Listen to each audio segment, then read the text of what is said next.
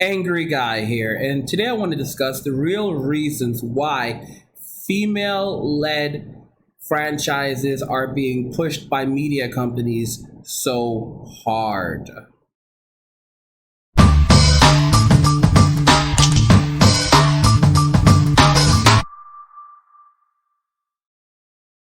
Thanks to these patrons, and very special thanks to these patrons: Mickey Turner, Sharky, GNU, Lig Neurons, Cryptonomy Royal 2.5, B Bax, Brian APR, Jamartel, David Herrera, Deadlust, F8 Crusader, Gabriel Prince, Goo Monster, Hansky, Iceberg 88, John Charles Clark Jr., Joshua Flores, Levi Abram, Nature Monk, Raymond Zuniga, Red Pill, Blue Mage, Shade Everett, CPO Americana, Scott Venman, Thomas Danielle, Timothy Bruce Leosa, David Strong, Tim Myers, Daniel D. Utley, and Sam Raven. Thank you all for your continued support. All right. So, guys, today I want to discuss the reasons why. And you're going to find this pretty interesting. But the reasons why female led franchises are being pushed so hard by media companies. And believe it or not, there are very good reasons behind this right now. Let's talk a little bit about socioeconomics for a bit.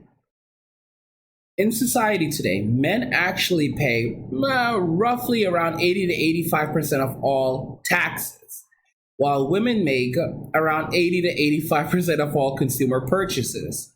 Okay? So men basically pay all the taxes, but women spend the vast majority of money. This is very important for a reason. Companies are pushing for these franchises because, one, they already have male customers. And they basically figure that no matter what they do, almost, men will still come to watch these films. But if they can attract that female audience will not only spend money to go and see those franchises, but they'll also spend more. Because one thing that women do more than men is they typically spend more money than men do on leisure activities, just anything in general. So it really does come back down to money. Of course, are there objectives in there of, like, basically putting women first and putting women in positions of power? Yes, of course. But all of those things are only happening for the sake of money. It's all about the money. Okay? So these franchises are only popping up and they're only being pushed in this direction because companies know that women will spend more. They will spend more. They'll go see these films multiple times.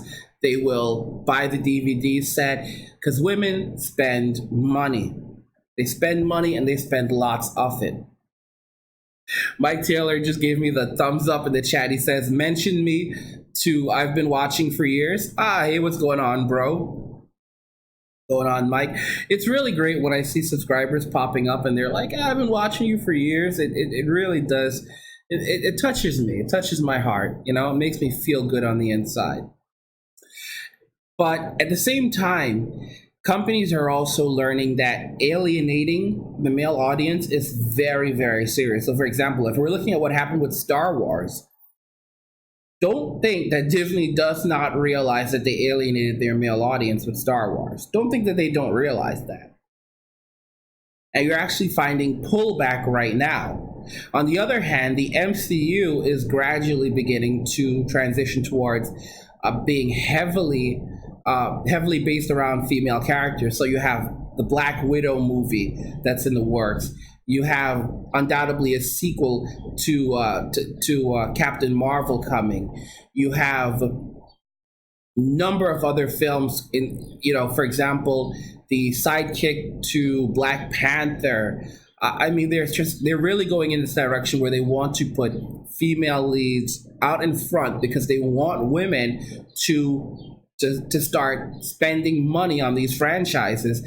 And the belief is that women will spend more and they will engage more with these products, with these services, with these films. And it's a very interesting thing. And it's proven true in many other areas. Okay? It's proven true in many other areas. I will say this, though, that one thing we do know, at least traditionally, women made most purchases while men made the large purchases. However, we're beginning to see a lot of reversal on that, where even large purchases today are being made by women. We're talking about the houses, we're talking about stereos, we're talking about everything. Women are doing it big these days. At the same time, however, we're also seeing some major ramifications for that.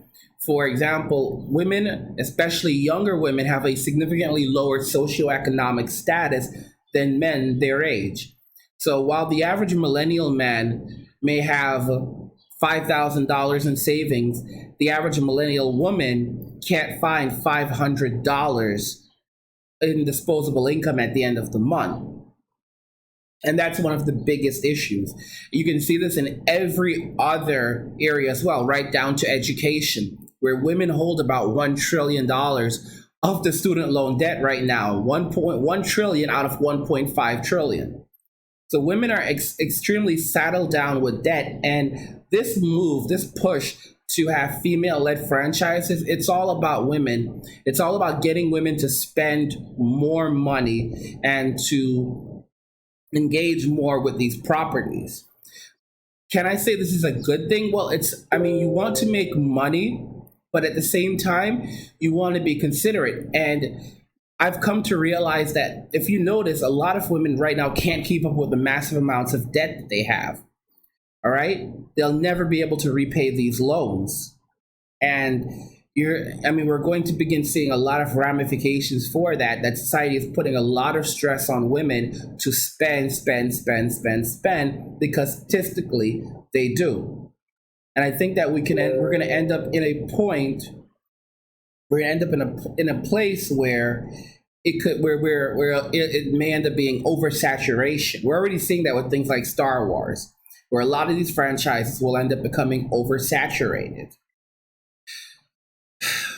with properties that are centered around strong female leads, but then alienate their male counterparts. And ironically, many of these franchises were originally focused around male protagonists. So that's something to consider. Mike Turner says, and the White Knights.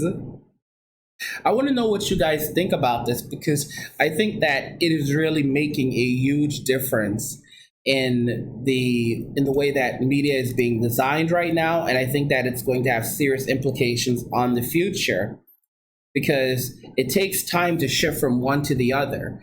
And as they're shifting towards female leads, shifting away from that type of content will become difficult, if not almost impossible, because a lot of women will still be engaged with it. But at the same time, if they've alienated their male audience, then that's a major loss. Okay. And there's one thing they definitely don't want to lose. They don't want to lose the male audience. They don't want to lose that loyal base. So I definitely think we're going to see more and more pullback. If you think I'm joking, look at what happened with Ghostbusters. We had the all-female led Ghostbusters, and it bombed at the box office, and now they're rebooting it. Well, I shouldn't even say rebooting it. They're coming out with Ghostbusters 4, which is an all-male led team, evidently. Maybe they might stick a woman in there somehow.